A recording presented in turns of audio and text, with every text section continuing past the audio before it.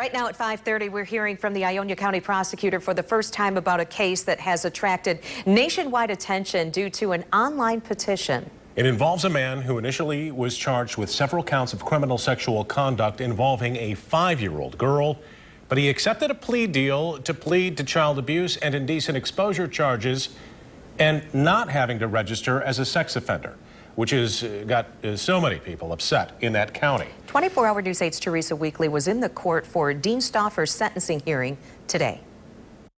You're a sex offender, Dean Stauffer, not a child abuser, and you should be labeled as such. Everyone should know. Dean Stauffer sat and listened as the mother of the child he's accused of molesting read a statement during his sentencing. But I'll stand up here today for her, and I will tell her story, and I will send a message that her pain did not go unnoticed, and that she's important, and that she's brave, and that we believe her, and that we will support her. The girl's mom is one of thousands of people who signed this petition asking the judge to require Stauffer to register as a sex offender. But that's not part of the deal prosecutors eventually offered him. Is it okay to trivialize the abuse that actually occurred and hide the fact that it was sexual in nature? No.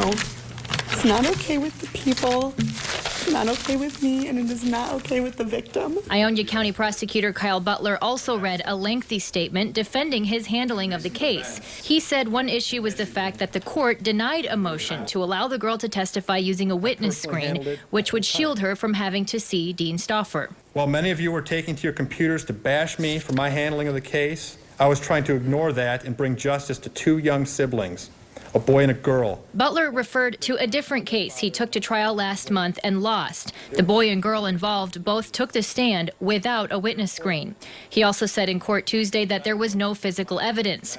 One diagnosis that would have helped was inadmissible. Also probable pediatric sexual abuse. Unfortunately, that latter diagnosis is not something that the prosecution can use as evidence due to case law.